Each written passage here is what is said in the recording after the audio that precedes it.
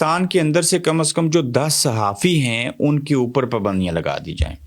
اب یہ عمل کیوں کیا جائے گا یہ بھی آپ سن لیجئے۔ آپ کے سامنے میں کچھ نام رکھتا ہوں، ان نام کو اگر آپ پڑھیں گے تو آپ کو سمجھ آئے گی کہ اس سے پہلے معذرت کتنے لوگ جو ہیں ان کے اوپر پابندی لگی اور زبانوں پر تالے لگنے کا جو آغاز تھا وہ شروع ہوا، اور آغاز جب ہوا تو وہ آغاز کاشف عباسی سے کیا گیا۔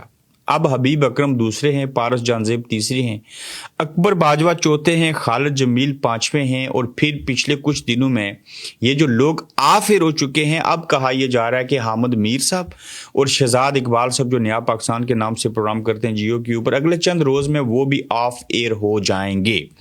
جب کاشف عباسی صاحب آف ایئر ہوئے تو کہا گیا چند دن غائب رہیں گے پھر واپس آئیں گے، تو واپس کیوں نہیں آئے؟ اب تک غائب کیوں ہیں؟ نو ڈاؤٹ سلمان اقبال صاحب بڑے مالدار ہیں، انہیں آف ایئر ہونے کے باوجود گھر پہ بیٹھے تنخواہ دے رہے ہیں، لیکن آپ بولے کیوں نہیں، چیخے کیوں نہیں، آواز کیوں نہیں اٹھائی؟ یہ جو پی ایف یو جے ہے، اور یہ جے پی ایف یو جے کدھر ہے، یہ ہیں کتنی، اس کے سربراہان کون ہیں، یہ احتجاج کیوں نہیں کرتے؟ یہ جو حبیب اکرم اور باقی لوگوں کو جو سب فارغ کیا گیا نوکری سے، اس کے اوپر صحافی تنظیمیں کیوں نہیں بولتی؟ کیا آپ کو 5 کروڑ روپے چاہیے کسی ادارے سے اور ادارہ بند ہو جائے تو پھر اس کی بحالی کے لیے کام کریں گے؟ تو میں تنقید اس لیے اس کے اوپر کرتا ہوں کہ اگر یہ صحافی کاشف عباسی کے کہنے کے اوپر بولتے، متی اللہ جان کے واقعے کے اوپر بولتے، آگے شہزاد اقبال اور حامد میر کو جو وہ اپنے آفر کریں گے، تو یہ عمل کوئی سوچ بھی نہ سکتا اور عمل ہو بھی نہ سکتا۔